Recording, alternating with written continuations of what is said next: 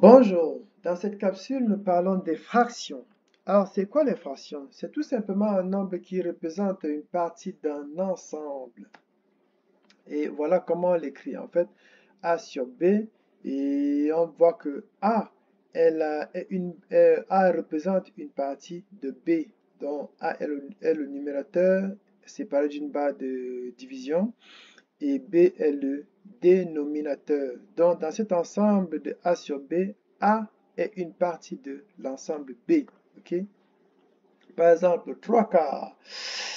3 divisé par 4, ou alors 3 sur 4 est égal à 0,75. Donc, le résultat est toujours un nombre décimal. Une fraction peut être désignée sous plusieurs formes. Cependant, ils sont pareils et donnent le même résultat. Exemple, 3 quarts de cette façon. 3 sur 4 est égal encore à 3 avec une barre oblique sur 4 qui donne toujours le même résultat, 0,75, parce qu'en fait c'est la même écriture. Donc, pour la représentation des fractions, on aura par exemple cette image, cette figure de 12 ronds qui ont des couleurs différentes. On a des rouges, des bleus, des jaunes. Et on remarque que nous avons 5 ronds rouges, 5 ronds bleus et 2 ronds jaunes. Donc, pour les ronds rouges, on a 5 douzièmes. Ouais. Pour les ronds bleus, on a pareil 5 douzièmes de l'ensemble des 12 ronds. On a aussi, au niveau des jaunes, on a 2 douzièmes de l'ensemble des jaunes. Et on a simplifié ici 2 douzièmes par 2, qui nous donne 2 par 2, c'est 1. Et 12 par 2, c'est 6. Ouais, ça, c'est la fraction irréductible, la fraction simplifiée. On a ici, par exemple, un parent qui a un pain et a ses 3 enfants. Il veut répartir ce pain à ses 3 enfants de façon égale, de façon équitable. Donc, il fait sa division du pain en 3. Alors, une partie bleue, une partie brune, une partie jaune. Donc, chaque partie représente un tiers du pain. Vous voyez, on dit que chaque partie représente un tiers du pain divisé en 3 parts. Donc, pour la notation décimale, on a par exemple une écriture cette écriture de 1 demi qui nous donne 0,5. Et donc 1 demi est la notation fractionnelle, 0,5 est la notation décimale. Donc dans l'écriture en décimale, on a une partie entière et une partie décimale finie. Par exemple, 25,75, vous allez remarquer que 25 est la partie entière et 0,75 est la partie décimale finie. Pareil, pour cette écriture de 0,5, on a 0 la partie entière et 0,5 la partie décimale. Il arrive aussi que l'on arrondisse les fractions, ok? Et vous avez remarqué que les nombres peuvent être arrondis à leurs valeurs supérieures ou les valeurs inférieures. Les nombres peuvent être aussi arrondis à l'unité, à la dizaine, à la centaine, au mille, au dixième, au centième, ainsi de suite. Ok? L'astuce ici, c'est tout simplement d'ajouter 1 à la position à arrondir. Donc, tout simplement noter que si on doit arrondir à la centième, à la dizaine, au mille, ainsi de suite, vous positionnez le 1 à ce niveau et puis vous ferez facilement votre arrondissement.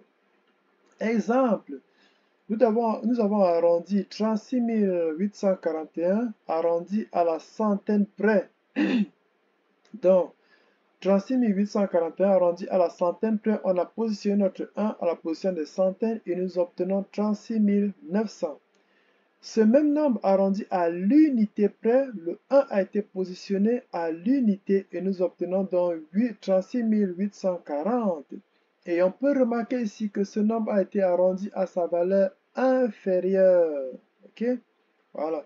Donc, le même nombre, 36 840, arrondi à la dizaine près, nous positionnons notre 1 à la position de la dizaine et nous avons comme résultat 36 850. Le même nombre arrondi à l'unité près, à l'unité de 1000 près, nous obtenons donc 37 000, ok? 36 841 arrondi à l'unité de 1000 près, nous avons 37 000 comme résultat. Donc, on passe à un autre nombre, 34,876 arrondi à la dixième près. nous obtenons dans le résultat de 34,88. On a le 1 qui a été positionné à la position de la dixième près. Le même nombre arrondi à la centième près, on place tout simplement notre 1 à la position de la centième. Et là, on a comme résultat 34,9. 457,9 arrondi à la centaine près, nous positionnons notre 1 à la position de la centaine et nous avons 500 comme résultat. Le même nombre arrondi à l'unité près, on positionne le 1 à la position de l'unité et nous avons 458 comme résultat. Donc, comme on s'est dit tantôt, les nombres peuvent être arrondis aux valeurs inférieures ou supérieures. Alors, si nous avons par exemple, disons, la remarque à faire ici déjà, c'est que les nombres qui se terminent généralement par 1, 2, 3 et 4, donc inférieurs à 5, sont arrondis à leur valeur inférieure. Par exemple, 948,4 arrondi à sa valeur inférieure, on obtient 948. 823,2, ils sont inférieurs, le virgule 2 est inférieur à 5, on obtient comme résultat 823. 536,1 et on obtient 536. Maintenant, les nombres qui se terminent par 5, 6, 7, 8 et 9, donc égal ou supérieur à 5, sont arrondis à leur valeur supérieure. Ainsi, 948,5 et 949. Ainsi de suite, 920, 823,26 et 824, 536,8 et 537.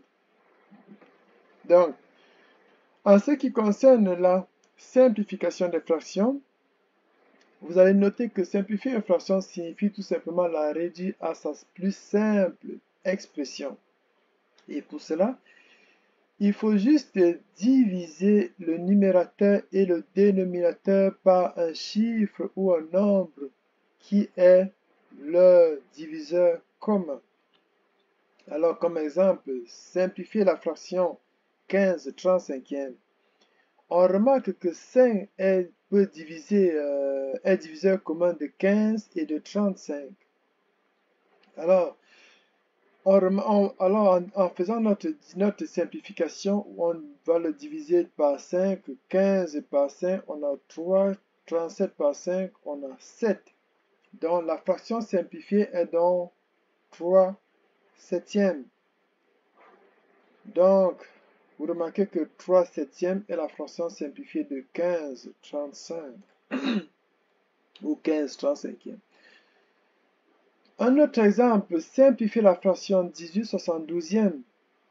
Vous allez remarquer que 18 72e est divisible par 18. Pour dire que 18 peut diviser 18, on obtient 1. Et 18 divise encore 72, on obtient 4. Alors, 18 est diviseur commun de 18 et 72. Et donc, un quart est la fraction simplifiée de 18 72e. Donc, pour ceux qui ne sont pas très bons à remarquer qu'on peut avoir un diviseur commun des nombres, par exemple des grands nombres, on peut passer à une division à plusieurs niveaux, donc une simplification à plusieurs niveaux. Et on obtiendra toujours le même résultat, ça va être peut-être plus long, mais on obtiendra le même résultat. Alors, on prend notre 18 72e, on va le diviser par 2, on obtient 9 36e. 9 36e n'est pas une fraction simplifiée pour dire qu'on peut le simplifier encore, on peut le réduire davantage. Donc 9 36e, on le simplifie par 3, on divise par 3, on obtient 3 12e, qui est encore réductible, donc simplifiable. Alors 3 12e, on le divise par 3, on obtient 1 quart, qui est dans la fraction réduite. Donc 18 72e a été réduit à 1 quart, ce que nous avions ici plus haut. Donc, c'est donc un cas qui est le résultat qui est dans la fraction la plus simplifiée de 18 72e. Donc, une note ici nous fait savoir que des fractions sont équivalentes si elles ont le même résultat. Donc, on a dans notre détail de simplification que 18 72e nous a donné 9 36e, donc elles sont équivalentes. 9 36e nous a donné 3 12e, donc elles sont équivalentes. Donc 3 12e est encore équivalente à 18/72e, qui est aussi équivalente à 1 quart. Et c'est donc ce qu'on vous a présenté ici là. 18/72e, équivalent à 9/36e, équivalent à 3/12e, équivalent à 1 quart. Donc toutes ces fractions sont équivalentes. Donc on a vu la notion de l'équivalence des fractions. On passe maintenant au classement des nombres décimaux. Vous allez voir qu'on peut classer des nombres par ordre croissant ou décroissant. Et on s'entend que le classement par ordre croissant signifie tout simplement de classer du plus petit au plus grand. Et par ordre décroissant, c'est le contraire, c'est-à-dire classer du plus grand au plus petit. Alors, soit cet ensemble de nombres que nous devons classer par ordre croissant et décroissant. Alors, le classement par ordre croissant nous donne ceci. Moins 4,25 est le nombre le plus petit de tous ces nombres-là, parce qu'il a un signe négatif. Il est inférieur à 2 à moins 2,35, inférieur à moins 2,15, inférieur à moins 0,25, ainsi de suite jusqu'à l'obtention du plus grand nombre qui est 4,25. On passe au classement par ordre décroissant. Par ordre décroissant signifie qu'on classe du plus grand au plus petit. Alors 4,25 est le nombre le plus supérieur à tous ces nombres. Et 4,25 est moins 4,25 est le nombre le plus petit de tous ces nombres. Donc voilà le classement du plus grand au plus petit dans le classement par ordre décroissant. Alors, la prochaine étape est le nombre périodique. Vous allez voir, il arrive que lors de nos divisions, on a des nombres qui se répètent successivement après la décimale. On dit de ces nombres qui sont périodiques parce qu'ils se répètent successivement. Alors, par exemple, 10 divisé par 3, vous verrez que on a un résultat de 3,33333 qui se répète à presque l'infini. Et donc, on dira donc, pour simplifier la lecture, on écrira donc que 10 divisé par 3 est égal à 3,3 avec une barre, tel que vous voyez. Tout simplement parce que 3 se répète successivement. Et donc, 3 est la période. Donc, dans le nombre 52,457 457 457, vous remarquez que 437, je dis 437 se répète successivement. Et donc, pour simplifier la lecture, on écrit tout simplement 52,437 avec une barre. Donc, 437 est la période puisqu'elle se répète successivement. C'est donc cela en ce qui concerne la période. Donc, on a vu ici de belles notions en ce qui concerne les fractions. Donc, vous êtes toutes bonnes pour savoir beaucoup de choses en ce qui concerne les fractions. Donc, merci à vous.